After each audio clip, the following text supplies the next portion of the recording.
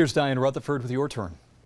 The State Board of Regents voted to ban Native American names, mascots, and logos in public schools.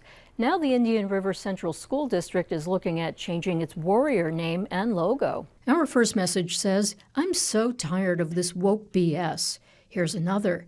Using Native Americans as mascots devalues an entire culture. Here's another. Are we changing the name of our river? Is that next? Let's celebrate history, not change it. And this one. Being one of the major schools for Fort Drum, why can't they keep the warrior name and just change the logo? Electric cars were on display over the weekend at SUNY Canton's campus to promote the switch from gas to electric. This message says it's time we stop our dependence on oil. Electric motors are 70% more efficient than gasoline engines. And this one, the mining and disposal of the batteries is far worse than the emissions from gas cars. Where's all the electricity coming from? A lot of you felt Sunday afternoon's earthquake centered in the town of Adams. Susan writes, real scary here on Winslow Street in the city. Sounded like the house was falling in. This one says lived near Fort Drum and thought it was one of their helicopters flying really low.